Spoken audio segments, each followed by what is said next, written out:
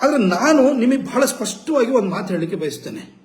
ಯಾಕೆ ಅಂತಂದ್ರೆ ಈ ಮಹಿಷಾ ದಸರಾವನ್ನು ನಾನು ಯಾಕೆ ವಿರೋಧಿಸ್ತೀನಿ, ಯಾಕೆ ನಾನು ಖಂಡಿಸ್ತೀನಿ, ಯಾಕೆ ಕಟುವಾಗಿ ಖಂಡಿಸ್ತೀನಿ ಅಂತಂದ್ರೆ, ಇದು ದಯವಿಟ್ಟು ಹಿಂದೂ ಬಂಧುಗಳು ಯಾರಿದ್ದೀರಿ, ನೀವು ಹಿಂದೂ ಬಾಂಧವರು ಯಾರಿದ್ದೀರಿ, ನೀವು ಮಿಸ್ಟೇಕ್ ಮಾಡ್ಕೊಳ್ಬೇಡಿ.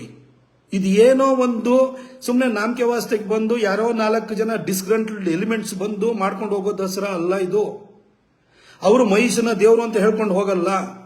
ನಿಮಗೆ ಉದಾಹರಣೆ ಕೊಡ್ತೇನೆ. 2016ರಲ್ಲಿ ಈ ಮಹಿಷಾ ದಸರಾ ಅಂತ ಹೇಳಿ ಒಂದು ಹುಟ್ಟು ಹಾಕಿದ್ರಲ್ಲ, ಇವ್ರಿಗೆ 50 ವರ್ಷ ಅಂತ ಮೊನ್ನೆ ಇನ್ವಿಟೇಷನ್ ಅಲ್ಲಿ ಹಾಕೊಂಡಿದ್ದಾರೆ. ಇದೇ ಭಗವಾನು ಒಂದು ಚಾನೆಲ್ಗೆ ಹೋಗಿ ಇಂಟರ್ವ್ಯೂ ಕೊಡಬೇಕಾದ್ರೆ 9 ವರ್ಷ ಅಂತ ಹೇಳ್ತಾರೆ. ಇವ್ರದ್ದು ಬರೀ ಸುಳ್ಳ್ರ ಗ್ಯಾಂಗ್ ಅಷ್ಟೇನೆ. ಇವರು 2016ರಲ್ಲಿ ಪ್ರಾರಂಭ ಮಾಡಬೇಕಾದ್ರೆ ಫಸ್ಟ್ ಬೆಟ್ಟದಲ್ಲಿರುವಂತಹ ಮಹಿಷನ್ ಸ್ಟ್ಯಾಚ್ಯೂ ಹತ್ರ ಹೋಗಿ ಪುಷ್ಪಾರ್ಚನೆನ ಮಾಡಿ ಅಲ್ಲಿ ಒಂದಷ್ಟು ಘೋಷಣೆ ಕೂತ್ಕೊಂಡು ಬಂದ್ರು. ನೆಕ್ಸ್ಟ್ ಇಯರ್ ಟೌನ್ ಹಾಲಿಂದ ಬೆಳ್ಳಿ ರಥದಲ್ಲಿ ಮಹಿಷನ್ ಫೋಟೋ ಇಟ್ಕೊಂಡು ಬೆಟ್ಟದವರೆಗೂ ಹೋದ್ರು. ಅಲ್ಲಿ ಸ್ಟ್ಯಾಚ್ಯೂಗೆ ಪುಷ್ಪಾರ್ಚನೆನ ಮಾಡಿದ್ರು, ಹಾರ ಹಾಕಿದ್ರು, ತಾಯಿ ಚಾಮುಂಡಿನ ನಿಂತಿದಂತ ಮಾತನಾಡಿದ್ರು. ಅದು ಮರು ವರ್ಷ 2018ರ ಸಂದರ್ಭದಲ್ಲಿ ಸ್ಟ್ಯಾಚ್ಯೂ ಇಲ್ಲಿಂದ ಪ್ರೊಸೆಷನ್ ಅಲ್ಲಿ ಹೋಗಿದ್ ಮಾತ್ರ ಅಲ್ಲ, ಪೆಂಡಾಲ್ ಹಾಕಿ ಅಲ್ಲಿ ಮಹಿಷಾ ದಸರಾ ಕಾರ್ಯಕ್ರಮವನ್ನು ಮಾಡಿ ಏನಂತಂದ್ರು, ನನಗೆ ಯಾಕೆ ಸಿಟ್ಟಿದೆ ಅಂತಂದ್ರೆ, ಇವ್ರ ಮೇಲೆ ಯಾಕೆ ನಮಗೆ ರೇಜಿಗೆ ಇದೆ ಅಂತಂದ್ರೆ, ಇವ್ರು ಮಹಿಷನ ದೇವರು ಅಂತ ಹೇಳ್ಕೊಂಡು ಬಂದಿದ್ದಲ್ಲ. ಈಗ ಇವ್ರ ಮಹಿಷನ್ನ ಹೋಗ್ಬಿಟ್ಟು ಒಳ್ಳೆಯವನಂತ ಚಿತ್ರಿಸಕ್ ಹೋದ್ರಲ್ವಾ. ಒಳ್ಳೆ ಮಹಿಷ ಒಳ್ಳೆಯವನಾದ್ರೆ ಒಳ್ಳೆಯವನ್ನ ವಧೆಯನ್ನ ಮಾಡಿದಂತಹ ತಾಯಿ ಚಾಮುಂಡಿ ಏನಾಗಾದ್ರೆ, ತಾಯಿ ಚಾಮುಂಡಿ ಕೆಟ್ಟವಳಾಗ್ಲೇಬೇಕಲ್ವಾ.